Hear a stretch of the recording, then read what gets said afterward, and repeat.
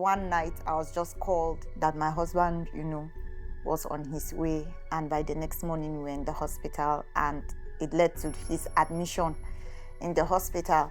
I was pregnant with our third baby, and at that time, by the time I left the hospital that very day, he was on admission years and so on. But I left the hospital, and by the next morning when I came to the hospital, I met my husband on oxygen. And I was shocked. I thought we were just doing normal admission runs. At first, they thought he had seizures. Yes, he had seizures. He had problems with his brain. And then later on, they now said there was nothing wrong with his brain. They were like, okay, it's the heart.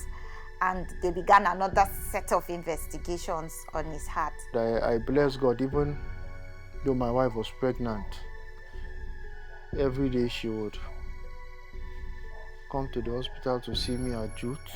I had to be helped at times to go and pee.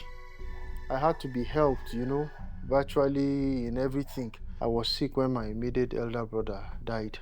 He would come when he's done from work, he will come and spend the night. So people thought when the news came, they thought that I was the one who had died. Every day I would be in Jute. I would go up and down the stairs because he was in the medical ward, and those of us who know Jute, the medical ward is at the top floor. And I was pregnant, 4 or 5 months pregnant, and I would go up and down in a day, maybe 6 times, just to take care of him. God helped me. Throughout that period, I didn't collapse, I didn't break down, nothing happened to the baby. And eventually, God brought him out of that situation. When you get married, you do not know the many eventualities or things that will happen in the course of your marriage. Because I married my husband, he was as healthy as a horse, very strong. That was one of the things that really attracted me to him. It was up and doing. And for those few years before he came down, when this one happened in 2017, it was a surprise. By the grace of God, 14 years together as husband and wife. Looking back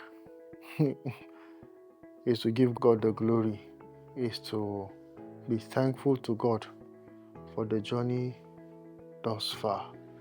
I'm grateful that he's still alive, and not just alive, he is well. He's able to go to work and do his responsibilities as a worker and as a father and a husband. Grateful that we have children. Grateful that we are in our own home. There are so many reasons to be, grateful to God in the course of the marriage. You don't know what you have until you lose it. And I'm grateful that I didn't lose him and that we are still together